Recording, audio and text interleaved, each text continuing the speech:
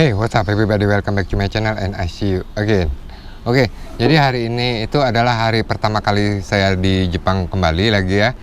Jadi kemarin itu saya ada pulang kampung ke Indonesia. Jadi hari ini adalah hari pertama saya kembali lagi di Jepang. Karena tadi pagi saya baru nyampe lagi di Jepang gitu. Oke, di sini saya akan ceritakan perbedaan antara Indonesia dengan Jepang, karena kemarin itu ya saya baru aja ke Indonesia. Jadi di sini saya akan menceritakan perbedaan antara Indonesia Jepang, Jepang Indonesia yang saya lihat selama di Indonesia dan saya lihat baru satu hari ini itu di Jepang gitu. Oke, seperti apa keseruannya? Kita lihat yang satu ini ya.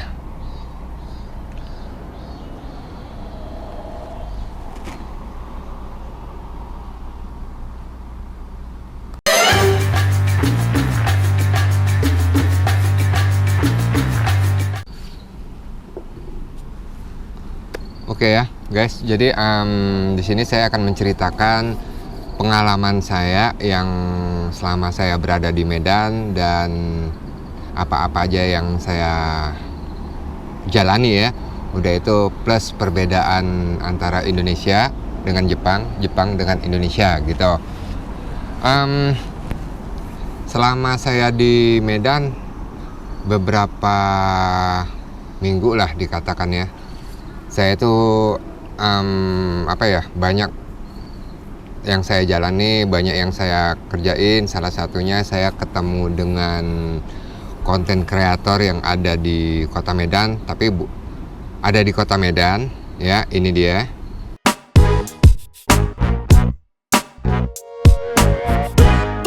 Dan salah satunya juga ada konten kreator yang di luar kota Medan, ini dia.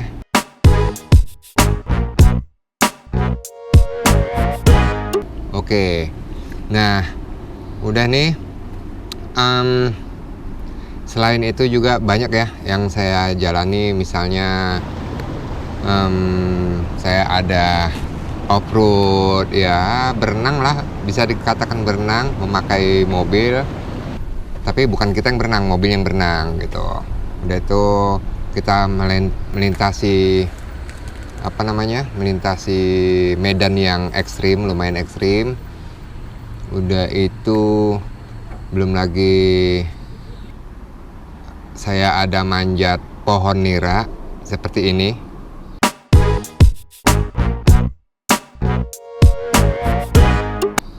Gitu ya. Ya, pokoknya banyak deh yang saya lakuin, banyak yang saya jalani, bla bla bla bla gitu. Tapi poinnya di sini adalah yaitu saya akan kasih tahu perbedaan antara Indonesia dengan Jepang ya. Jadi gini, saya juga nggak tahu harus ngejelasinnya dari mana, memulainya tuh dari mana dan bagaimana gitu.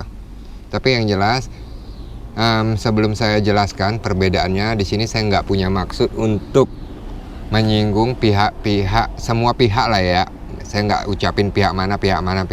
Pokoknya saya nggak bermaksud untuk menyinggung semua pihak gitu. Tapi ya inilah kenyataan yang saya lihat gitu ya. Bukan contohnya sih, emang gitu ya.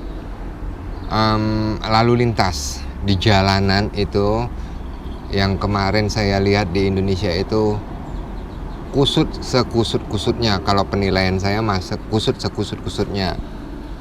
Yang mana salah satu contoh ada di perempatan itu, saya nggak ingat persis itu di mana tepatnya, di perempatan mana, di jalan apa, tapi yang jelas saya pada saat itu berada di kota Medan gitu ya. Jadi perempatan itu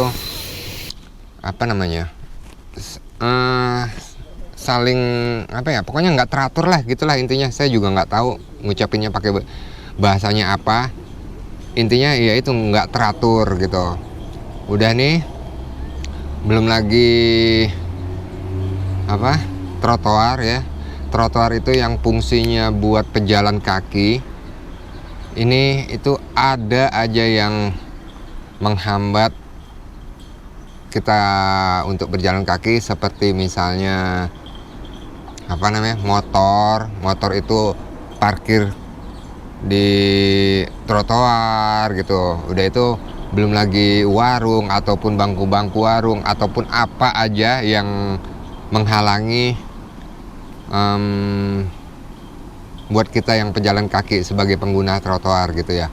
Nah, itulah kenyataannya yang saya lihat di Indonesia gitu ya. Nah, terus bagaimana yang di Jepang? Oke. Saya akan kasih lihat nanti ya. Dan satu lagi, kalau masalah klakson, ya wajar lah, mungkin kalian yang di Indonesia pengendara motor atau pengendara mobil ataupun intinya itulah pengendara kendaraan ya, mungkin kalian sudah biasa nyalain klakson, tantin, udah itu kuping mungkin udah nggak tahu ya, udah kebal ataupun sudah terbiasa, itu nggak tahu. Tapi kemarin saya waktu selama di Indonesia, kuping saya sih terasa sakit dan terkejut gitu, sering mendengar suara klakson, tantin, aduh. Oke. Dan selama saya di Medan juga, saya kan pastinya itu bawa kendaraan ya, bawa mobil. Nah, saya nggak pernah bawa motor. Jujur saya katakan, saya nggak pernah bawa motor. Tapi kalau dibonceng naik motor sih pernah ya. Terus selama saya di Medan, saya kan bawa mobil tuh. Nah, udah bawa mobil, saya itu nggak pernah nyalain klakson gitu. Karena jujur saya katakan, selama saya di Jepang itu jarang sebulan, 2 bulan, 3 bulan sekali atau 4 bulan sekali itu belum tentu saya nyalain klakson di sini. Kita orang Jepang juga di sini itu jarang yang nyalain klakson gitu. Nah, udah nih. Jadi saya akan kasih lihat ya. Salah satu perempatan yang ada di Jepang, yang di tempat saya tinggal. Nanti di situ mungkin kalian bisa menilai sendiri ya. Tapi di sini saya kasih tahu bocorannya. Kalau di perempatan itu maksudnya nggak kusut ya, tetap teratur, mereka disiplin, dan satu lagi itu nggak ada terdengar suara klakson. Oke, seperti apa? Yuk kita langsung aja ke sana.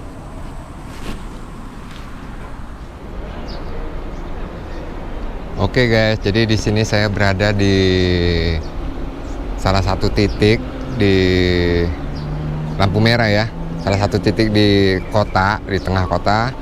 Di sini saya akan kasih lihat perempatan yang seperti yang saya katakan tadi. Di sini yang berkendara itu tertib dan tanpa ada menyalakan suara klakson mobil, suara klakson motor, pokoknya suara klakson kendaraan lah gitu ya. Oke, saya akan kasih lihat. Oke, jadi ini kebetulan posisinya lampu penyeberangan yang buat pejalan kaki lagi nyala. Nah, sebentar lagi itu dari sana itu akan merah dan pastinya akan jalan. Nah, di saat akan jalan mungkin kalau di Indonesia akan terdengar suara klakson mobil ya, tantin. Nah, ini sekarang kita bisa lihat. Yuk, kita lihat perbedaannya.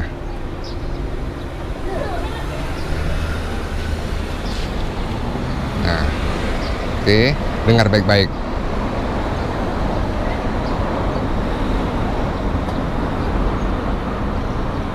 Nggak ada suara klakson ya. Ini yang sedang lewat, kendaraan yang sedang melintas dari sana dan ke sana, begitu juga sebaliknya dari sana dan ke sana. Nah, setelah lampu merah ini kembali nyala merah, itu artinya dari sana itu pasti berhenti dan akan bergantian dengan dari jalur sana dan dari sana gitu. Yuk kita tunggu aja. Dan kalian bisa dengar sendiri ya, tanpa ada suara klakson ya yang terdengar ya. Dan di sini juga mereka itu tertib, teratur dan tertib. Oke, ini bagian sana yang jalan. Dan coba dengarkan baik-baik ya.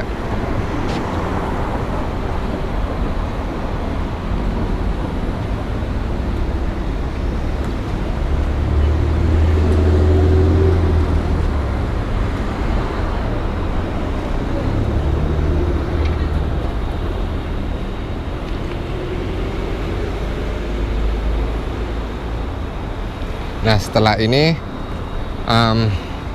lampu merah yang di sana nyala, itu tandanya mereka berhenti dan akan kembali lagi ke lampu penyeberangan bagian pejalan kaki akan nyala. Itu udah lihat ya, lampunya nyala. Dan itu artinya kita bebas untuk menyeberangi jalan. Contohnya di sana. Nah, di saat kita menyeberangi jalan, itu nggak ada yang menerobos lampu merah, itu nggak ada. Bisa lihat ya.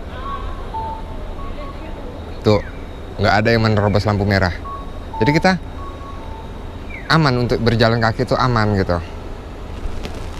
Udah itu kalau masalah trotoar, ini kita bisa lihat ya. Ini trotoar, depan saya ini trotoar. Itu mungkin bisa lihat lurus di depan sana itu nggak ada yang menghalangi, nggak ada motor. Pokoknya nggak ada lah yang menghalangi untuk kita berjalan kaki gitu. Sebagai pengguna trotoar itu nggak ada yang menghalangi gitu. Jadi kita bebas untuk berjalan kaki. Begitu juga di sana, bisa lihat di pojok sana, trotoar sana, gitu. Itu nggak ada yang menghalangi gitu ya. Bagaimana kalau yang di sini? Yuk kita lihat yuk bagian sini. Oke, bisa lihat ya. Sepanjang trotoar itu nggak ada yang menghalangi.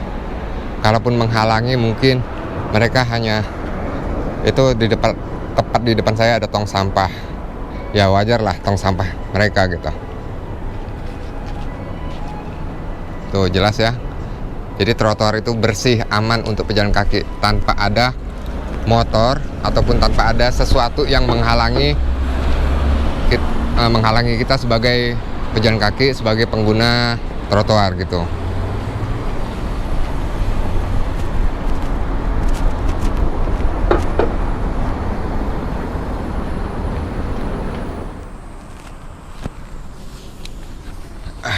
Oke guys ya, tadi udah lihat perempatan yang ada di salah satu tempat yang di kota saya ini ya. Oke, terus bagaimana dengan trotoarnya? Oke, ini saya kasih lihat trotoar yang ada di Indonesia yang pernah saya lihat ya, seperti ini.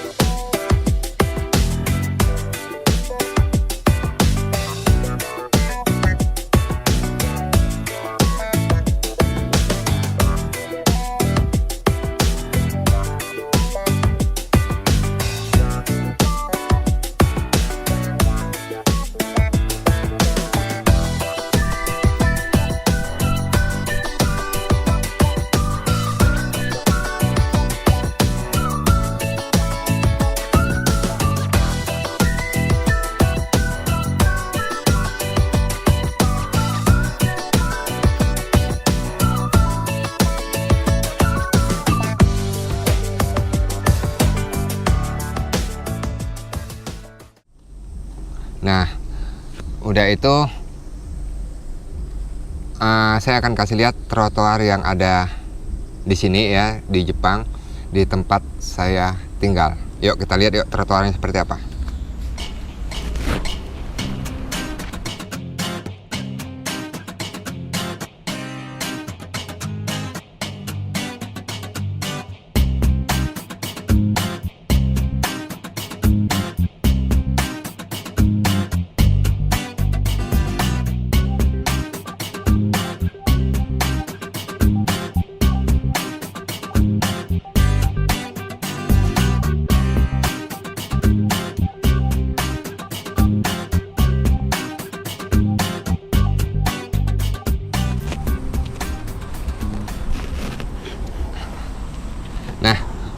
Udah lihat tadi kan trotoar yang ada di Jepang, yang di salah satu di tempat saya tinggal ini gitu. Ya begitulah. Jadi trotoar di sini itu nggak ada sesuatu yang menghalangi untuk kita sebagai pengguna trotoar, sebagai pejalan kaki gitu. Jadi kesimpulannya di sini saya tuh merasa apa ya? Dibilang prihatin sih nggak juga, dibilang kasihan nggak juga, nggak tahu deh. Tapi intinya apa ya? Kalau saya katakan gimana Indonesia mau maju kalau dari hal yang kecil begini itu kita nggak taati, kita nggak patuhi gitu. Bagaimana ke hal-hal yang lain? Gimana Indonesia nggak kusut seperti begini? Karena menurut saya sih nggak usah saya katakan ke hal-hal yang lain lah. Ke hal ini aja Indonesia itu masih kusut, keriting gitu loh. Nah, udah itu kalau yang namanya pengguna jalan juga kan apa ya?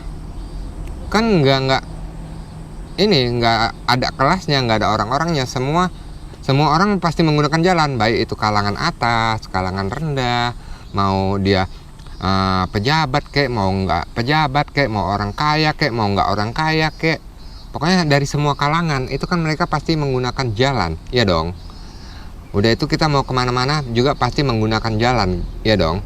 Oke, jadi ya itu dia saya katakan tadi. Saya nggak bilang itu siapa. Sekali lagi saya mohon maaf kalau omongan saya ini menyinggung, tapi yang jelas saya nggak punya maksud menyinggung siapapun, semua pihak. Saya nggak punya maksud untuk menyinggung, tapi saya berharap dengan video ini mungkin menjadi motivasi untuk apa ya, majunya Indonesia gitu loh ya. Jadi ya gimana kalau Indonesia mau maju kalau umpamanya pola pikirnya masih seperti begini. Nanti kalau umpamanya katakanlah kita lawan arah, ya banyak lah pastinya yang harusnya one way terus dia hanya ngambil jalan pintas, ujung-ujungnya ntar tubrukan. Siapa yang disalahin? Jatuh-jatuhnya nih ya ribut gitu loh. Kalau dipikir-pikir gimana ya, apa sih salahnya misalnya kan ada U-turn tuh, U-turn atau di pulau jalan gitu, kita harus muter. Apa salahnya muter aja gitu demi keamanan gitu. Oke, jadi itu aja ya poin dari video ini. Terus ya saya juga berharap ya, apa sih salahnya kita berbuat yang teratur ya, yang disiplin gitu ya. Contoh lah, bukan saya membanggakan gitu, enggak. Karena saya udah lihat di berbagai negara ya, kayaknya Jepang inilah bisa dikatakan aman, nyaman gitu. Baik dari tingkat kecelakaan lalu lintas, udah itu tingkat dari kriminalitas gitu ya. Mungkin kalau kalian nggak percaya, mungkin coba deh browsing atau kalian cari info di mana gitu ya, kalian browsing, coba lihat tingkat kecelakaan dan tingkat kriminal di Jepang itu mungkin minim gitu dibanding negara-negara lain, misalnya US, Amerika ya, United States of America. Udah itu misalnya di tempat-tempat lain seperti di China misalnya, pokoknya di negara lain lah, coba lihat. Mungkin di Jepang ini tingkat kecelakaan lalu lintas dan tingkat kriminalitas mungkin ini kecil gitu. Nah kalau tempat kita, apalagi di kota Medan yang saya dengar itu, sekarang masyarakat kota Medan itu dihantui dengan rasa ketakutan apa? Di malam hari, bukan masalah yang goib-goib, yang hantu-hantu, bukan. Jadi mereka itu takut keluar malam karena apa? Karena maling, jambret, begal lah, apalagi terutama. Karena begal itu apa ya? Ya parah abis deh, mereka nggak pandang mangsa. Yang penting bagi mereka disikat habis, terus ntar apa yang diincar misalnya motor, udah terus dibawa kabur gitu. Makanya kalau ada peraturan yang mengeluarkan peraturan begini, misalnya ketemu begal, umpamanya polisi nemu begal lagi beraksi tembak mati, saya setuju abis. Apalagi kalau umpamanya masyarakat menemukan begal sedang beraksi, menangkap begal sedang beraksi, terus dihakimi, saya setuju abis. Apalagi jangan dibuat mati juga ya, maksudnya dibuat setengah mati aja deh gitu, dibuat cacat seumur hidup kalau bisa ya. Ya kalau emang mau dibuat mati ya silakan, saya juga setuju abis gitu. Karena menurut saya sih begal ini nggak pantas kok untuk hidup, tidak pantas untuk hidup gitu. Karena ya hidupnya hanya buat menyusahkan aja kan gitu kan, bukan menyusahkan, merugikan bahkan. Ya bisa dikatakan merugikan dari physically, bahkan nyawa juga melayang gitu dibuatnya. Gitu loh. Oke, itu aja ya inti dari video saya kali ini. Dan di sini saya nggak bermaksud untuk menyinggung siapapun, menyinggung pihak manapun gitu. Tapi saya berharap dengan video ini menjadikan motivasi lah buat kita terutama dari hal yang kecil, contohnya dari jalan ya, lalu lintas gitu loh. Karena kan setiap harinya kita menggunakan jalan ya dong. Oke, itu aja dari saya, semoga bermanfaat. Thank you for watching this video. See you next time. Sampai ketemu lagi di video berikutnya. Yuk, bye bye.